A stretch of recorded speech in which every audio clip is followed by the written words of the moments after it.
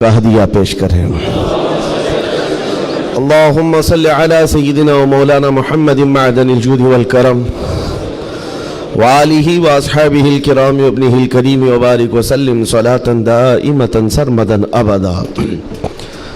عزیزان گرامی وقار، ایک حدیث پاک ہے، رسول گرامی وقار صلی اللہ تعالی علیہ وسلم ارشاد فرماتے ہیں، ایمان کی حلاوت، ایمان کی لذت، ایمان کی جو شیرینی ہے، مٹھاس ہے، آپ کو ملی ہے یا نہیں ملی ہے یہ میں نہیں بتا سکتا ہوں، لیکن اگر پانا ہے اس کی لذت، اس کی حلاوت، ایمان کی مٹھاس ہوتی کیسے ہے، اس کے لیے حضور پاک صلی اللہ علیہ وسلم نے 3 علامتیں بتائی ہیں۔ جس شخص کے اندر یہ 3 باتیں آ جائیں تو پھر وہ ایمان کی لذت محسوس کر سکتا ہے، ایمان کی مٹھاس اسے مل سکتی ہے۔ ایمان جو ہے صرف داڑھی ٹوپی کا نام نہیں ہے، جبہ کرتے کا نام نہیں ہے، ایمان صرف جھنڈا لے کر گھومنے کا نام نہیں ہے، ایمان ایک الگ کیفیت ہے جس کا سرور بندے کو ملتا ہے، جس کی لذت اور جس کی شیرینی کو وہ بتا نہیں سکتا، اور وہ کیسے حاصل ہوتی ہے؟ 3 چیزیں میرے آقا فرماتے ہیں۔ پہلی چیز، اللہ اور اس کے رسول سے سب سے زیادہ محبت کرتا ہوں، پہلی چیز۔ اور دوسری چیز یہ ہے کہ جس سے بھی محبت کرتا ہے دنیا میں وہ صرف اللہ اور اس کے رسول کے لیے کرتا ہے۔ تیسری چیز ہے، کفر میں واپس لوٹنے کو اتنا سخت سمجھتا ہو جیسے آگ میں ہاتھ ڈالنے کو سخت سمجھتا ہو۔ آگ میں ہاتھ ڈالنا کسی کے لیے آسان ہوگا، لیکن کفر و شرک کی طرف جانے کو سخت ناپسند کرتا ہو۔ یہ 3 چیزیں اگر تمہارے اندر آ گئی تو ایمان کی لذت مل جائے گی، ایمان کی مٹھاس مل جائے گی۔ زندگی میں سب سے زیادہ پرائیورٹی کس چیز کو ہو؟ اللہ اور اس کے رسول کو۔ دوسری چیز، دنیا میں جس سے بھی تعلق بنے گا وہ صرف اللہ اور اس کے رسول کے لیے بنے گا۔ تیسری چیز، کفر کی طرف کبھی لوٹنا پسند ہرگز نہ کرے، بلکہ کفر کا نام سنتے ہی اس کے اندر ایسی ہیبت آ جائے کہ میں آگ میں ہاتھ ڈالنا تو پسند کروں گا لیکن کفر کی طرف ہرگز نہیں جا سکتا۔ یہ 3 چیزیں تمہارے اندر ہیں یا نہیں، آپ آبزرو کر لیں، خود آپ اس کا احتساب کر لیں کبھی بیٹھ کر کے کہ میں زندگی میں سب سے زیادہ کس سے محبت کرتا ہوں۔ اگر اللہ اس کے رسول سے سب سے زیادہ محبت کرتے ہو تو اس کا مطلب ہے کہ پہلی چیز تمہارے اندر آ گئی ہے۔ اور اپنے تعلقات کو دیکھ لو، جس سے بھی آپ کے تعلقات ہیں وہ اللہ اس کے رسول کی رضا کے لیے ہے تو دوسری چیز بھی تمہارے اندر ہے۔ اور تیسری چیز بہت امپورٹنٹ ہے جو اس زمانے کے لیے ہے، کفر کی طرف لوٹنا اتنا ناپسند کرتا ہو جتنا آگ میں جانا بھی ناپسند نہ کرتا ہو۔ یعنی آگ میں جانا جتنا اس کے لیے ناپسند ہے اس سے زیادہ کفر میں جانے کو ناپسند کرتا ہو۔ یہ چیز اگر آپ کے اندر ہے تو میرے عزیزو ایمان کی لذت مل جائے گی، ایمان کی مٹھاس مل جائے گی۔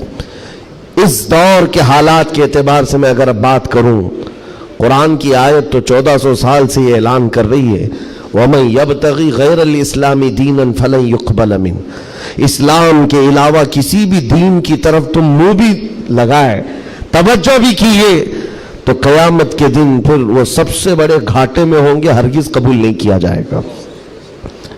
میں بات یہاں سے شروع کرتا ہوں کہ آج لوگوں نے اس کو ہلکے میں لینا شروع کر دیا، چاپلوسی کرتے کرتے، خوشامد دوسروں کی واہواہی حاصل کرنے کے لیے کبھی پوجا پاٹ میں بھی شریک ہو گئے، کبھی ان کی رضا حاصل کرنے کے لیے ان کی محفل میں بھی بیٹھ گئے، اللہ اور اس کے رسول کو چھوڑ دیا۔ تمہارے دین میں کمی کس بات کی ہے؟ کتوں کو راضی کرنے کے لیے شیر کبھی کتا نہیں بنتا۔ ایک بات یاد رکھو، رسول پاک صلی اللہ تعالیٰ علیہ وسلم کا جو سپاہی ہے وہ ہر گھڑی ہر میدان میں سپاہی ہے۔ اسے کس چیز کی کمی ہے؟ کس چیز کی کمی ہے؟ جو عزت ملی ہے وہ نام مصطفیٰ سے ملی ہے۔ ایک صحابی ہیں حضرت نعمان، یہ ایک بادشاہ کے ہاں گئے تھے ایمبیسیڈر بن کر کے، ترجمان، حضور کے قاصد بن کر گئے تھے، بہت دور ملک تھا، میرے آقا مدینے میں ہیں، لیکن جانتے ہو اس بادشاہ نے آپ کے آنے کے لیے ریشم کا قالین بچھایا، سونے کی کرسی لگائی، لیکن وہ صحابی رسول جیسی آئے اپنی تلوار سے انہوں نے ریشم کے قالین کو پھاڑ دیا، زمین پر چلنے لگے۔ اور کرسی جب سونے کی کلائی کی ہوئی کرسی بچھائی گئی ان کے لیے، بادشاہ نے بہت عزت دیا کہ محمد عربی کا قاصد آیا ہے، سفیر آیا ہے، لیکن انہوں نے کرسی کو بھی ٹھکرا دیا، کہا مجھے دوسری کرسی لاؤ۔ کیوں؟ صرف اس لیے اس بادشاہ نے پوچھا کہ اتنا زیادہ غرور ہے عرب والوں میں، اتنا زیادہ ایٹیٹیوڈ ہے محمد عربی کے غلاموں میں، ان کے سفیروں میں؟ صحابی رسول نے کہا نہیں، نہ یہ غرور ہے نہ یہ تکبر ہے۔ میرے آقا صلی اللہ تعالی علیہ وسلم نے فرمایا ریشم کا استعمال مرد کے لیے حرام ہے، سونے کا استعمال مرد کے لیے حرام ہے، تو میں مدینے میں رہوں تب بھی غلام ہوں، دنیا میں کہیں پر رہوں تب بھی میں غلام ہوں۔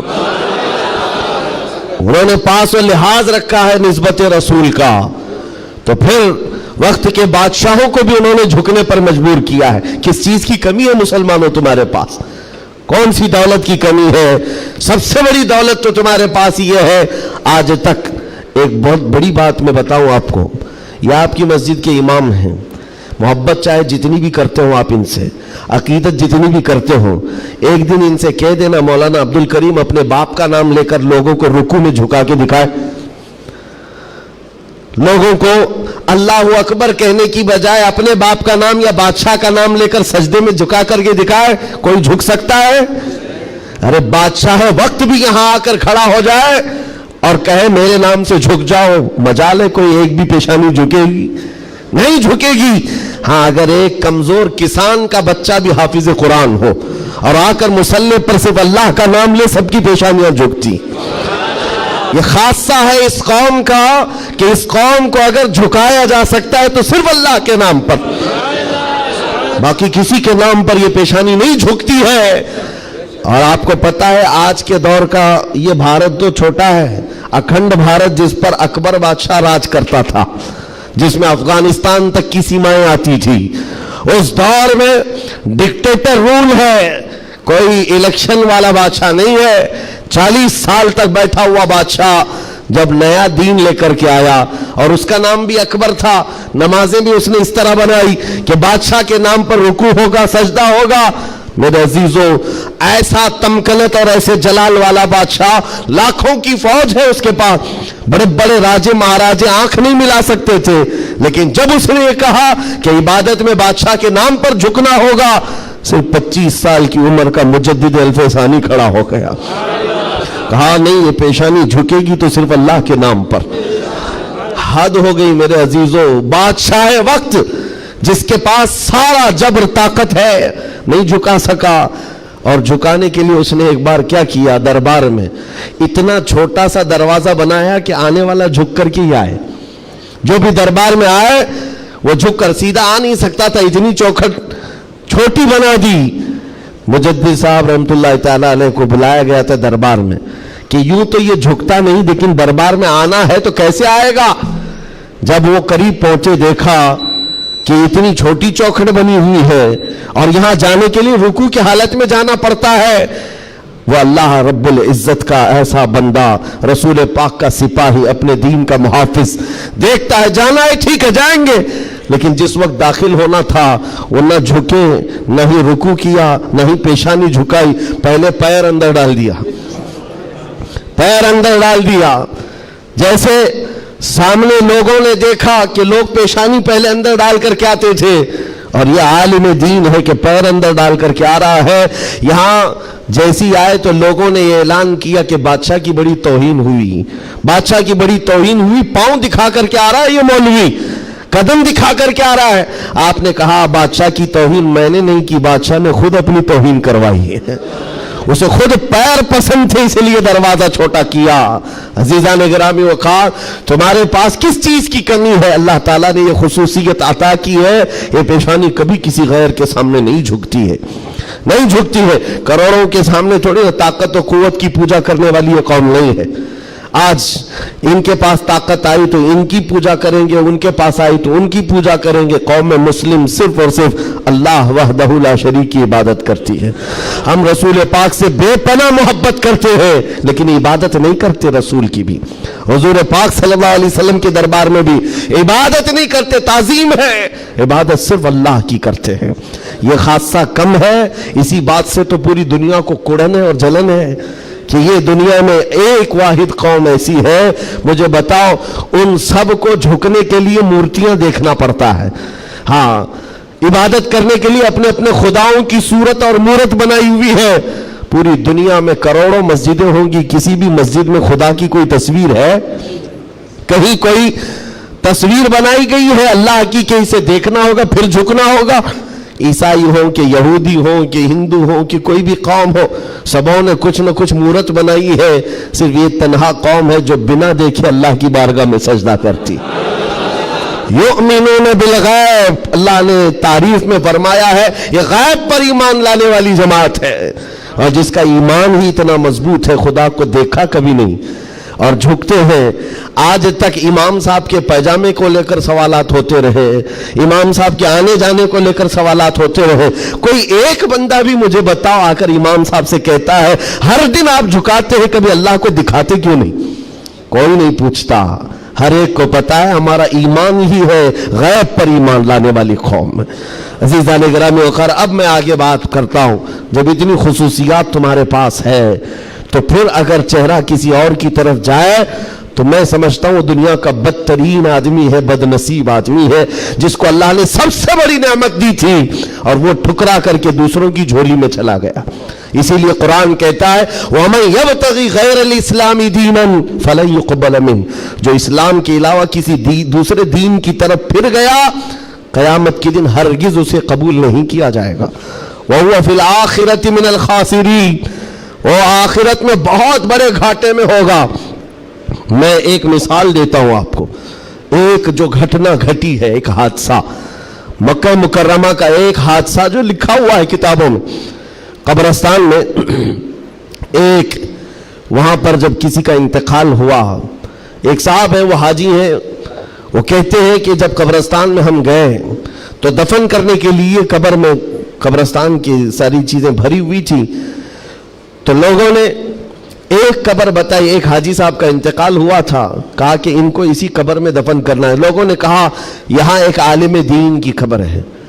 اب مکہ مکرمہ کے قبر ایسے ہیں کہ 6 مہینے سال بھر کے بعد کھل جاتے ہیں، اور ممبئی والوں کو سمجھانے کے لیے آسان بھی ہے کہ یہاں پہ بھی کھول دی جاتی ہیں، جگہ کی قلت ہے۔ تو جب دفن کرنے کے لیے اس عالم دین کی قبر کھولی گئی تو وہاں وہ عالم دین نہیں ہے، وہ ایک جوان لڑکی سوئی ہوئی ہے، ایک نوجوان لڑکی ہے۔ تو جو جنازے میں آئے ہوئے تھے ان میں ایک حاجی نے کہا میں تو اس لڑکی کو پہچانتا ہوں، یہ عرب کی نہیں، یہ مکہ کی نہیں، یہ فرانس کی رہنے والی اور کرسچن لڑکی ہے، یہ عیسائی لڑکی ہے۔ کہا یہ کیسے ہو سکتا ہے، ناممکن ہے۔ گھر سارے لوگوں کو جو خبر تھی وہ ایک اچھے عالم دین کی قبر تھی، یہاں ایک دوسری لڑکی کیسے دفن ہے؟ تو یہ ہنگامہ ہوا، بات پھیل گئی۔ اس کے بعد تحقیق کرنے لگے، جو علماء تک بات گئی تو علماء نے کہا کہ اگر یہ جو بندہ کہہ رہا ہے کہ یہ فرانس کی رہنے والی، یورپ کی رہنے والی لڑکی یہاں پر ہے، تو معلوم کرتے ہیں کہ وہاں حقیقت میں یہ لڑکی، اس کی شکل، تو کچھ لوگ ایک وفد کی شکل میں یورپ گئے ہیں اس حاجی صاحب کے ساتھ، جنہوں نے یہ پتہ بتایا تھا یہ لڑکی کو میں جانتا ہوں۔ جا کر کے اس کے گھر معلوم کیا کہ کیا تمہارے گھر میں فلاں فلاں شکل کی یہ لڑکی تھی؟ کہا ہاں، انتقال ہوا تھا، چند ہی مہینے ہوئے انتقال ہوا ہے۔ کہا کیا کیا تم نے؟ کہا ہم عیسائی رسم و رواج کے اعتبار سے اپنے قبرستان میں دفن کیا ہے، ہم کرسچن ہیں، عیسائی رسم و رواج سے ہم نے دفن کیا۔ تو جو گیا تھا وفد اس نے پوچھا کہ کچھ اس کی عجیب چیزیں تھی؟